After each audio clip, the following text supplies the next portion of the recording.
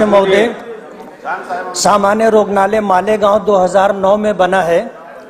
Malegaon district ना होने की वजह से आज तक उसको सिविल हॉस्पिटल का दर्जा नहीं मिला है। मालेगांव और मालेगांव अतराफ के सैकड़ों देहात के लाखों गरीब आवाम इसी हॉस्पिटल से अपना इलाज करवाते हैं। हॉस्पिटल में ब्लड बैंक है, मशीनें भी हैं, लेकिन ऑपरेटर और स्टाफ नहीं है। इसी तरह हॉस्पिटल में एम्बुलेंस नहीं है। गांव देहात से आने वाले मरीजों को संभालने वाले लोगों के लिए रुकने की जगह नहीं है। डिलीवरी के लिए जो महिलाएं आती हैं, गायनोलॉजिस्ट न होने की वजह से उनको धुलिया और नासिक भेज दिया जाता है, जिसकी वजह से लोगों को बहुत तकलीफ होती है। आर्थोपेडिक डॉक्टर नहीं है, इसी तरह एमआरआई मशीन नहीं है।